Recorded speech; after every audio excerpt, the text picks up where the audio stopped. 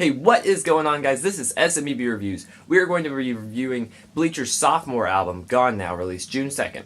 This album is definitely a different take for any Bleachers fan. There aren't the real strong, hard-hitting choruses that there were. Not that they're not hard-hitting choruses, but it's not in the same epic style that there was. There's a lot more relaxed or just different songwriting in this. And that is a little different, a little jarring for a lot of people who are used to the sound that we heard on Strange Desire. But that does not make this album bad by any means.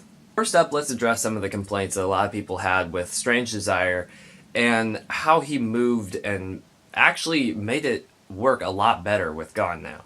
The whole album of Strange Desire, while I don't agree and I think that it has a very nice consolidated thought in it, I do understand where a lot of people were coming from with saying that the whole album could be seen as just a bunch of singles thrown in there. Gone Now does not have that problem. From strange production choices that not necessarily everyone would like, there's a lot of sampling that comes in from different songs, from Strange Desire songs, just different vocal samples. All of these things combined make this album just sound like one full album. You'll hear different parts from one of the first songs, Goodmorning, or Dreams of Mickey Mantle, throughout the whole album, and that just makes this whole album an album that I really feel like you have to listen to all the way through to really understand. I really personally don't think I could ever just say, I want to listen to one song from this album. I want to listen to it from beginning to end, really. This whole album, like I said, is very concise. It all has generally one thought.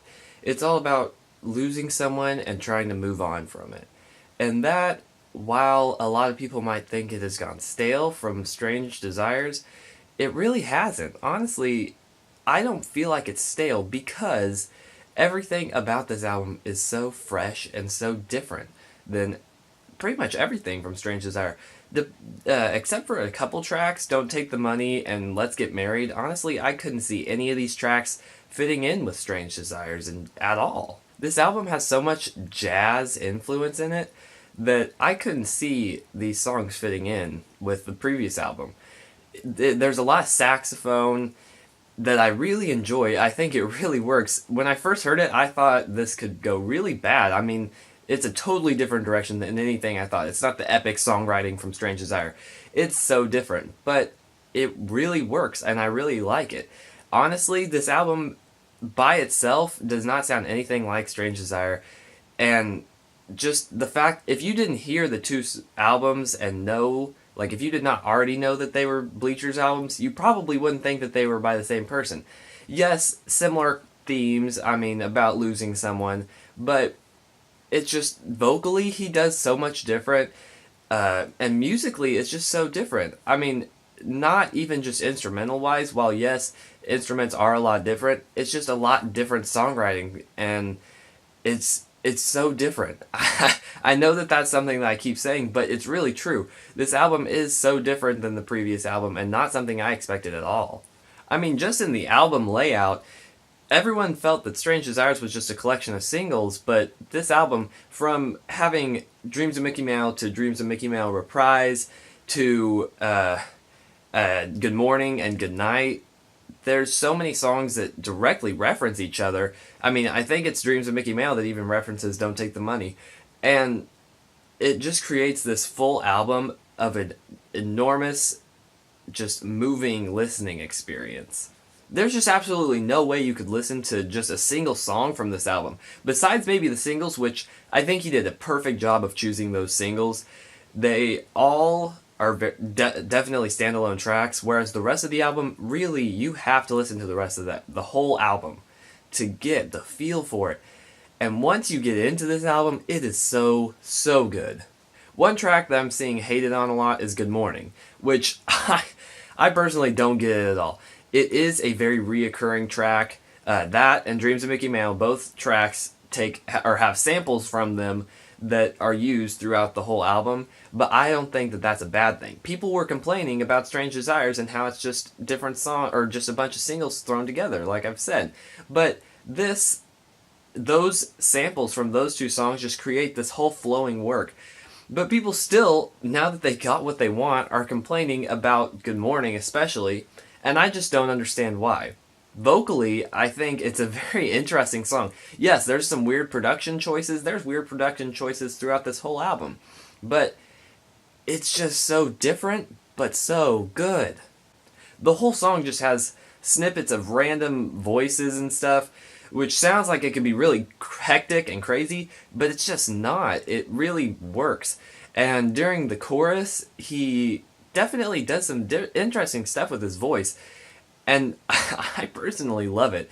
I don't think everyone else has been a fan of it. It's a very minimalist music writing approach. There's not very much instruments during the chorus, more just him belting out some words, and not even all the pitches sound right. But it doesn't make this song a bad song. Another thing I want to talk about is just this interesting vocal technique on this album. Before, he just kind of stayed in his mid-register to hit and then hit some falsettos, just trying to hit a point really hard. But this album, he just does some interesting stuff. He definitely utilizes using his higher voice to highlight the moving on part of this thought that he's having about trying to move on from all this stuff and be happy again, and then a very lower voice to talk about the melancholy depression of losing someone. And that in itself is very well worked out in this album, and I really like it. That on top of just weird vocal deliveries. I mean, Goodmorning, like I said, very weird. And also, Everybody Lost Somebody, he does a high falsetto part. And while, yes, there are some notes that don't quite sound right, but it works. And I think it's because this is such a cry. It's not a cry for help, but it's just this is where I stand. Yes, I have some mental issues because of my past. My past has been very screwed up, but, I'm going to be okay. We're going to get past all this. But he uses these weird vocal styles to just show how he is exposing himself emotionally to us. And he really does. I mean, if you read any of his personal Twitter, he will just tell you about all these songs and what they mean to him. And it just really opens up the album to the listener. While listening to this album, I feel personally connected to him because I'm learning so much about him, and even when he exposes himself with these strange vocal styles, it still works because he's just exposing himself and trusting us to just listen to his music and appreciate it. And I'm not saying anyone that doesn't like this is wrong and that they're selfish people. If you don't like this, it's okay. I mean, it is strange, and I definitely think that it's something that if you were expecting Strange Desires and hadn't heard some of the singles, you'd be very put off by it, honestly. It's just so different. But yet, it all sounds good when it comes together, and I think for a lot of people it'll take multiple listens, but please give it those multiple listens. It's definitely its standalone album.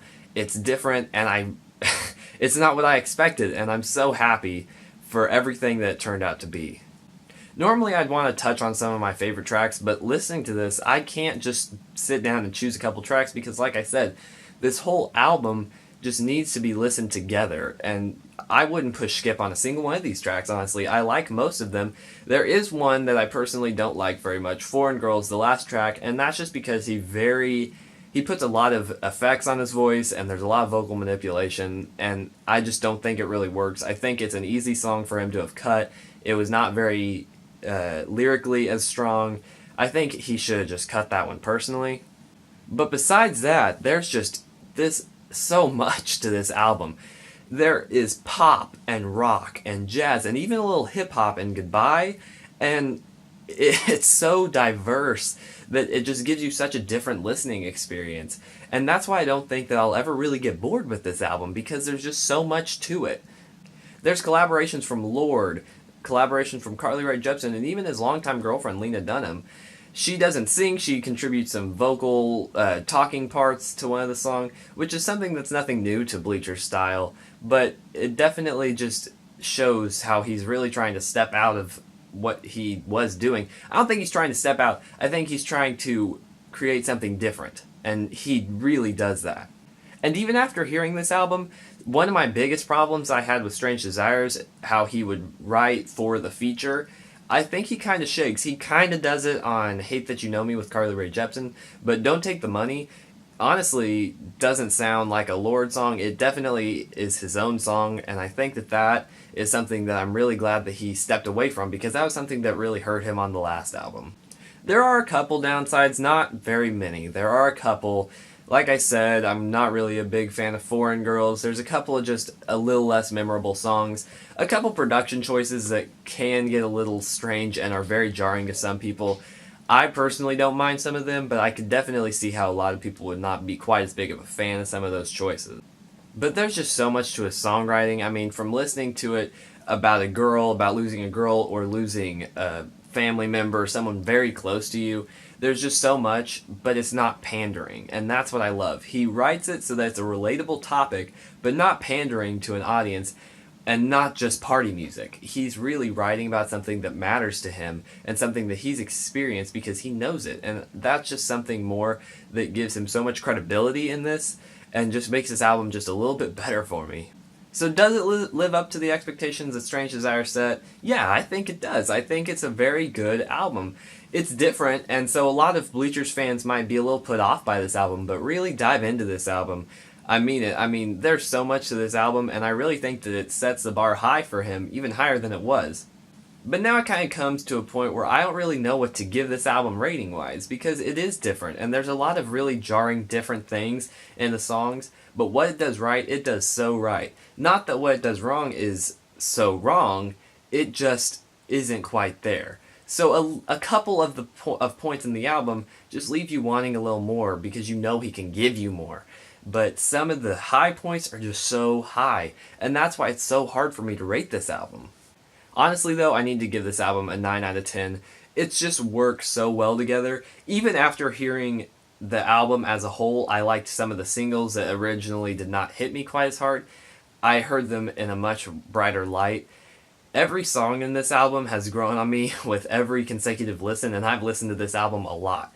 I think that there's a lot more diversity in this for him, and it really expands him and lets him be able to do a little bit more with himself. Before, like I said, he's been a very grandiose artist and just would use roaring choruses to hook the audience in.